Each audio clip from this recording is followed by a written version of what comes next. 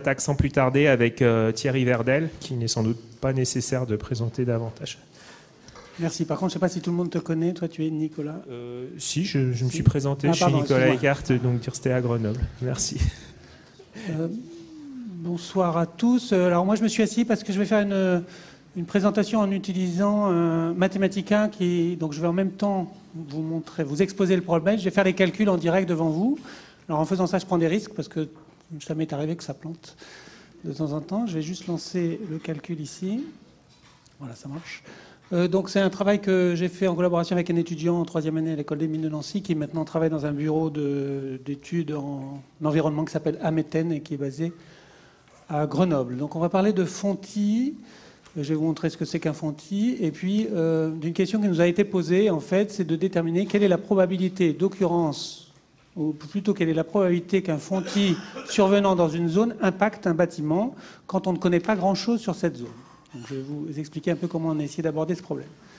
Alors un fontis, qu'est-ce que c'est? Ça ressemble à ça par exemple. Là, c'est un fontis en ville, c'est-à-dire un trou qui va se former en général à l'aplomb d'une cavité souterraine qui peut être une carrière ou une mine, et éventuellement un tunnel. Et donc il va avoir une forme en général en surface cylindrique et qui peut entraîner des dommages en surface si ce trou se forme bien sûr en dessous d'une habitation par exemple. Alors une question qu'on nous pose, par exemple sur une zone comme celle-ci, voilà, on a déterminé une carte d'aléa, c'est la zone orangée, et des enjeux qui sont en vert clair. Sur l'aléa, on ne sait pas grand-chose, c'est-à-dire qu'on n'a aucun plan qui nous détermine, qui nous détaille où se trouvent les galeries souterraines. Donc c'est une ancienne carrière ou une ancienne activité minière. On ne sait pas où se trouvent les galeries, on a juste l'emprise en gros de la mine sous forme orangée. Et on voudrait savoir quelle est la probabilité qu'un fontis survienne dans cette zone, et si un fontis survient dans cette zone, quelle est la probabilité qu'il rencontre un des bâtiments verts. Donc, on doit répondre à cette question. Plus précisément, quelle est la probabilité annuelle qu'un fontis impacte au moins une habitation? Vous savez que parler de probabilité d'occurrence est une question difficile, plus particulièrement dans ce domaine. Et pour répondre à cette question, donc, on doit combiner plusieurs probabilités. La probabilité spatiale qu'un fontis d'un rayon donné impacte une habitation, c'est-à-dire si on connaît à l'avance le rayon qu'aura le fontis, eh bien, on peut assez facilement, enfin, c'est ce sur quoi je vais insister, déterminer la probabilité que ce fontis rencontre une habitation. Mais ensuite, il faut intégrer la distribution de probabilité des rayons possibles de fontis, parce qu'on ne sait pas à l'avance quel va être le rayon de fontis. Et puis ensuite, intégrer également le processus d'occurrence des fontis dans le temps, qui est plus ou moins important selon les zones dans lesquelles on se trouve. Alors, vous voyez l'image qu'on avait précédemment, là, je l'ai vectorisée. Et je l'ai colorisée de telle sorte que la zone d'aléa est en rouge et les enjeux sont en vert. Je vais évaluer cette instruction. Alors, première chose qu'on peut faire, donc, si je ne me trompe pas, voilà, cette image, ce polygone s'appelle DES. Je vais déjà regarder dans ce dessin, je vais définir ce qu'on appelle la zone d'aléa, que j'ai noté hasard. Donc, en extrayant dans l'image, ici, l'objet rouge, qui est un polygone, en fait.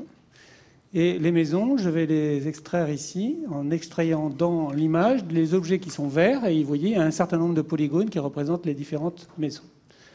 Alors, une première façon de procéder à cette évaluation, c'est de simuler des fontis. On va simuler des fontis qui tombent dans la zone rouge, et on va regarder parmi ceux qui tombent dans la zone rouge, combien peuvent tomber dans les zones vertes.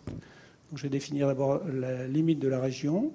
Et puis, je vais faire un tirage au hasard de points. Vous voyez, j'ai tiré 20 000 points ici, dans la zone d'aléa. Et je vais pouvoir regarder dans cette zone d'aléa combien de ces points sont dans une zone de maison. Donc, j'évalue cette instruction-là. Et je vois donc, j'identifie les points verts ici qui appartiennent donc à une zone de maison. Et donc, pour connaître la probabilité qu'un fontis tombant dans la zone d'aléa rencontre une maison, il suffit que je compte combien de fois parmi les points bleus, combien sont verts, en fait. Parmi les points qui étaient bleus au départ, combien sont maintenant verts. Donc, je vais compter ici les points verts et ici les points bleus, donc les points liés à l'aléa et les points liés aux habitations. Je fais le rapport des deux et j'obtiens ici en rapport des deux, donc 9%, une probabilité de 9% dans cette géométrie-là. Donc 9% des points simulés au départ sont verts, tombe sur la surface d'une maison. Alors, on voit que finalement, faire ce calcul par tirage au hasard, par simulation, finalement, ça revient à calculer le rapport entre la surface des polygones verts et la surface bleue. Ce que je peux obtenir, évidemment, ici facilement. Et j'obtiens à peu près la même grandeur ici, donc en faisant ce rapport. Alors, sauf qu'en faisant ça, j'ai fait l'hypothèse que mes fontis avaient un rayon nul, puisque en fait, j'ai simulé des points, des positions x, y, et j'ai regardé si cette position était dans la maison ou en dehors de la maison. Mais les fontis, ce n'est pas des objets ponctuels, ce sont des objets cylindriques. Donc quand un fontis tombe à proximité d'une maison, comme ici, enfin quand une position tombe à proximité d'une maison, dans le calcul précédent, elle est considérée comme un fontis qui n'impacte pas une maison, alors que s'il a un rayon R qui n'est pas nul, il peut impacter une maison comme on le voit ici. Alors pour traiter cette question, l'idée ça va être quoi? Ça va être de remplacer en fait chaque polygone de maison par une surface un peu plus grande, qui a un certain rayon R, pour un rayon R donné, et regarder si le point tombe à l'intérieur de cette zone. Ou autrement dit, calculer le rapport entre les surfaces des enjeux agrandis, telles qu'on l'a représenté ici à droite, agrandis d'un rayon R, donc cette surface-là rapportée à la surface des aléas. Alors l'idée pour faire ça facilement, c'est de passer par un traitement d'image, parce que si on transforme les polygones en objets qui ne sont plus des polygones, qui sont un peu plus compliqués, ça devient assez lourd. Donc l'idée qu'on a eue ici, c'est de remplacer en fait chaque limite, donc d'agrandir chaque rayon d'enjeu en rajoutant des disques en fait tout autour de chaque polygone d'enjeu, de telle sorte qu'on fabrique ici une zone d'une même couleur verte qui correspond donc à chaque enjeu agrandi d'un certain rayon. Donc ça va se faire par deux fonctions ici que je représente ici. Vous voyez, les programmes sont assez courts.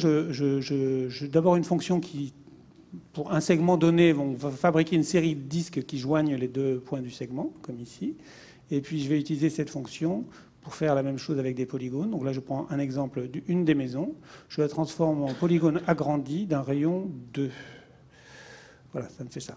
Donc la maison au départ, elle a la forme géométrique aiguë comme ça, et ensuite elle est agrandie d'un rayon R. Alors je vais afficher à nouveau tout ça, mais dans une seule et même couleur.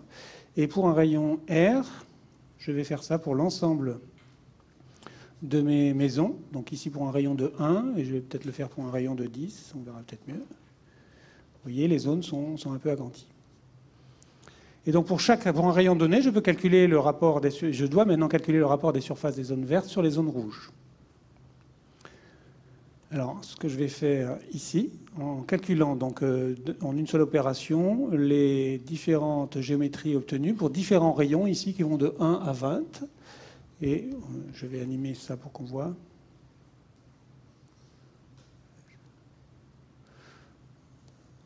Donc, vous voyez, je peux donc pour n'importe quel rayon obtenir cette image, et il me reste donc à calculer pour n'importe laquelle de ces images le rapport entre la surface verte et la surface rouge ou rosée. Alors, vous voyez notamment sur cette image qu'il y a des parties vert clair. Les parties vert clair, ce sont des parties qui ne doivent pas être prises en compte parce qu'elles ne sont pas dans la zone d'aléa. Donc, pour certains enjeux qui sont situés à la limite entre la zone d'aléa et la zone d'enjeu, il ne faut pas prendre en compte la surface qui est à l'extérieur de la zone d'aléa. Donc, c'est un petit peu plus compliqué qu'on pouvait imaginer au départ. Alors, le principe pour faire ça, d'abord, sur cette image, par exemple ici, je vous montre simplement qu'on a 2292 disques. L'idée pour moi, ça va être de faire un traitement d'image. C'est-à-dire, je vais transformer cette image constituée de plusieurs polygones ou de plusieurs objets vectoriels, je vais la transformer en image bitmap. C'est ce que je fais ici. Et je vais regarder comment est structurée cette image. Et quand je regarde le contenu maintenant de cette image rastérisée, qu'est-ce que je vois? Eh bien, j'ai ici, par exemple, 1 153 000 pixels qui sont blancs. Ensuite, là, j'ai 264 000 pixels qui ont Alors, la première valeur, c'est le niveau de rouge, le niveau de vert, le niveau de bleu. Et puis ensuite, c'est l'opacité. Et j'ai joué justement sur l'opacité pour distinguer la partie des aléas, des enjeux qui sont en dehors de la zone, qui sont vert intensif, vert intense, et puis ceux qui sont dans la zone d'aléa, qui sont vert foncé, parce qu'elles ont une certaine opacité. Donc pour calculer maintenant les rapports de surface que je dois faire, je vais simplement compter le nombre de pixels qui sont vert foncé, c'est-à-dire qui sont dans la zone d'aléa et qui correspondent aux enjeux, et je vais rapporter ça à la surface orangée au départ. Je vais dépasser un tout petit peu.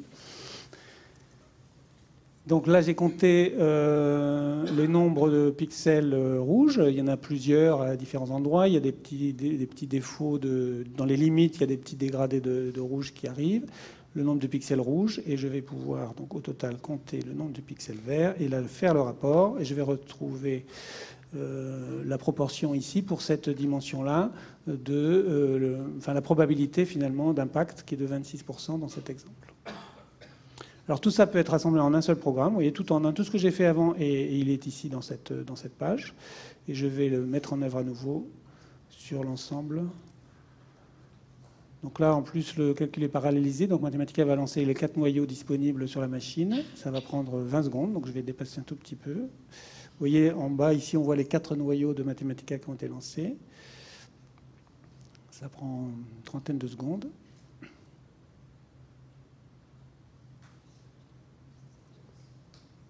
Il est en cours de calcul encore. Donc je simule différents rayons. Je calcule les rapports le nombre de pixels pour chacun de ces rayons. Et je vais pouvoir donc construire un modèle mathématique qui va me permettre de déterminer la probabilité, ici à gauche, spatiale d'impact d'un dommage en fonction du rayon choisi. À partir de là, alors j'aurais pu le faire sur un autre exemple un peu plus compliqué, mais j'ai déjà dépassé mon temps. À partir de là, donc maintenant j'ai la probabilité spatiale en fonction du rayon. Maintenant, il faut connaître la loi des rayons. Alors là, j'ai une liste de valeurs de rayons qui sont issues de cas historiques. Il n'y en a pas beaucoup, mais il y en a quelques-uns. Si on dessine leur histogramme, on a quelque chose comme ça. On peut essayer d'ajuster cette distribution à une loi de probabilité. Donc là, je lui ai demandé 3. La première, la plus naturelle, dans ce cas-là, c'est la loi log normale. Je vais utiliser cette loi-là. Je vais représenter cette loi, la densité de probabilité de cette loi avec l'histogramme. C'est pas trop mal. Et je vais maintenant donc combiner la probabilité que j'ai calculée précédemment, qui dépend donc du rayon, avec la probabilité de chacune des valeurs des rayons disponibles que j'ai obtenues par régression précédemment. Et je vais avoir donc une probabilité, je fais varier le rayon de 0 à l'infini, et j'arrive donc pour la zone donnée, en intégrant tous les rayons possibles de survenance et en intégrant donc la distribution de ces rayons, à une probabilité d'impact d'un bâtiment qui est de 11% ici. Alors, je vais aller très vite pour la suite. La suite, c'est l'intégration de la probabilité temporelle, donc du processus de Poisson d'occurrence des fontis. Donc là, je vais utiliser une loi de Poisson, enfin un processus de Poisson plus exactement. Donc là, je ne vais pas rentrer dans les détails, juste vous montrer. Donc ça me permet d'accéder à la probabilité qu'un fontis survienne dans le temps, cette année, disons.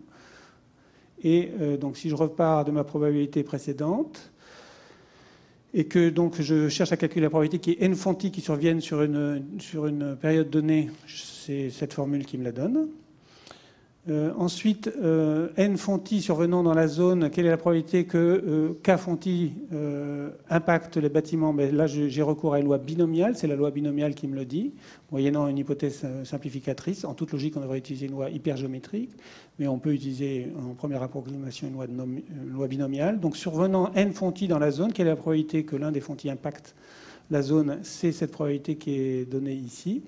Et ensuite, il faut que j'intègre la probabilité de n, c'est-à-dire il peut y avoir 1 fontis, 0 fontis, 1 fontis, 2 fontis, 10 fontis. Cette année, je ne sais pas. Ça, c'est le processus de Poisson qui me le dit.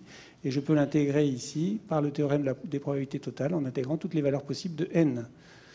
Et donc, au final, j'arrive à cette expression qui me permet de calculer la probabilité annuelle d'impact d'un fontis dans la zone que j'ai considérée précédemment, qui est de 1%, quand je considère comme paramètre du processus de Poisson le paramètre 0,1, c'est-à-dire en moyenne un fontis chaque 10 années dans la zone considérée, ce qui est une hypothèse vraisemblable.